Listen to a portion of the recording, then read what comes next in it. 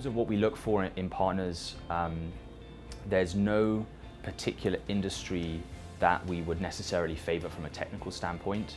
The technology we've built is meant to be industry agnostic, and we think we can provide value to pretty much every industry, and also every geography as well. The profile of the partners that I think we have worked best with in the past, it's highly collaborative. It's quite an active. It requires a lot of active participation from the corporate partner. So they need to have a pretty innovative mindset. So those are the relationships that have kind of worked best. Stanley Black & Decker is obviously a company that we're working with. We're working with their breakthrough innovation team that they have here in Boston. And that is an example of a very, very collaborative partnership that we've had.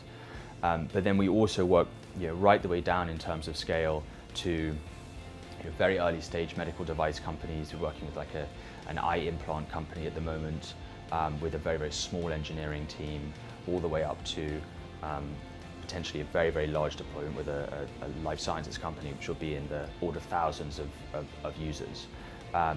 So it kind of runs the gamut, which is nice for us, I suppose. We recently raised $2.6 million from a mixture of venture capitalists, mainly in the West Coast, and then some Boston angels.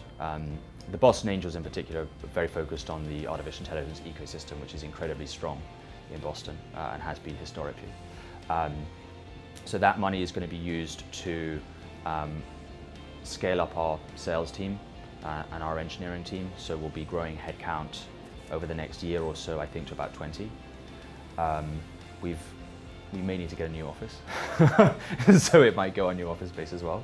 But it's and we're also, we have kind of rarely for a company our size, we have an R&D department. It's one of the reasons that I think that we're such an interesting partner for large corporates, is because a lot of the pain they're feeling we feel. We have research scientists whose job it is to do everything from basic research on our NLP through to kind of moonshot stuff. Wouldn't it be great if we could read the mind of an engineer, and then everything in between. I think it's one of the things that makes us such a good partner to work with. And so we'll be scaling up on the R&D side as well, and also launching a couple more products this year.